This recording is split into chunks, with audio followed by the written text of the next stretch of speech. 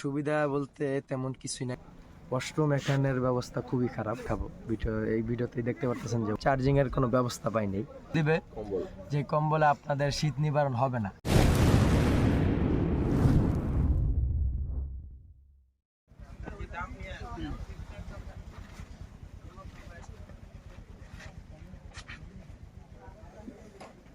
শুভ সকাল, সবাইকে আবারও স্বাগতম।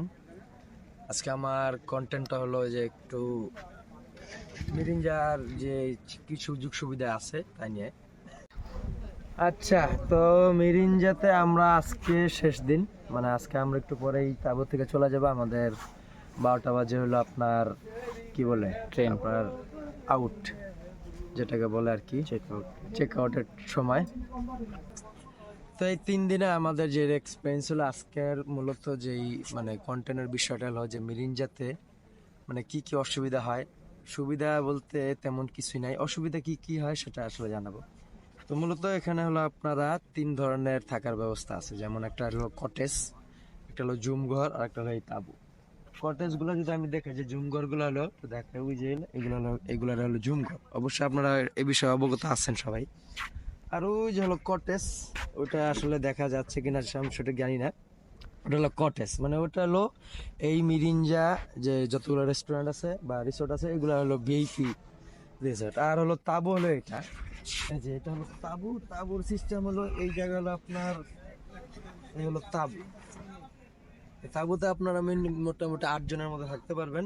আর সিঙ্গেল তাবু আছে, ওখানে আপনারা চাইলে 1 জন অথবা 2 জন থাকতে পারেন। তো ভাড়া প্যাকেজ হিসাবে 1000 টাকা করে পড়ে আর কি।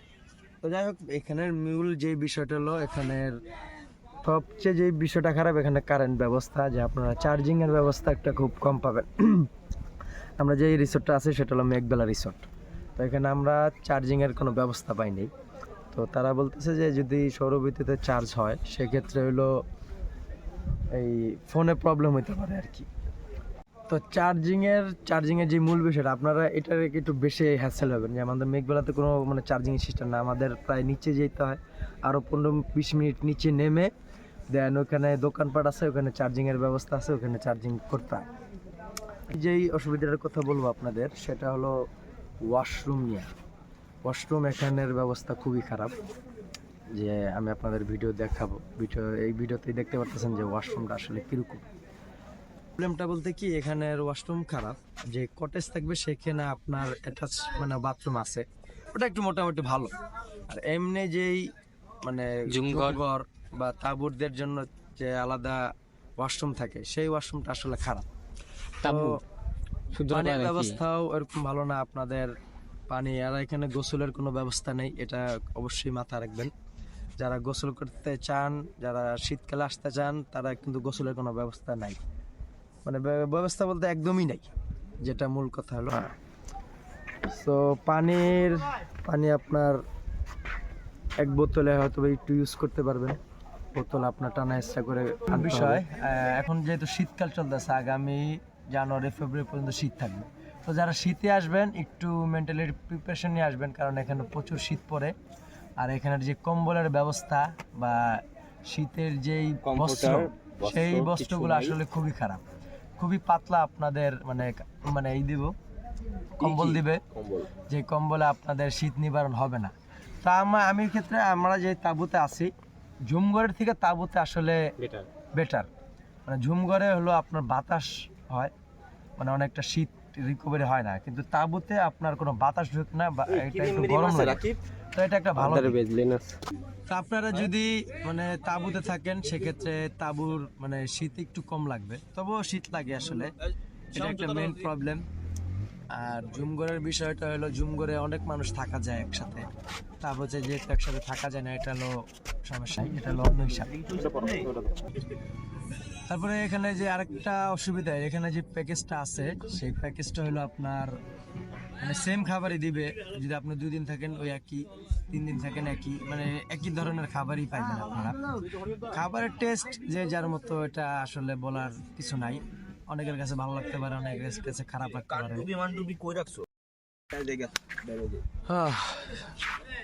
তো আরো কিছু অসুবিধার কথা, মানে আরো অনেক কিছু অসুবিধা আছে এখানে। এখানে মানে সুবিধা খুব কম, কিন্তু যারা অ্যাডভেঞ্চার লাভার তারা আমার মতে যারা অ্যাডভেঞ্চার লাভার তারা আমার মতে এখানে আসাটা খুবই দরকারি। কারণ এরকম একটা পরিবেশ আপনারা কোথায় পাবেন? সো এটা একটা নতুন জায়গা, এটা একটা নতুন প্লেস।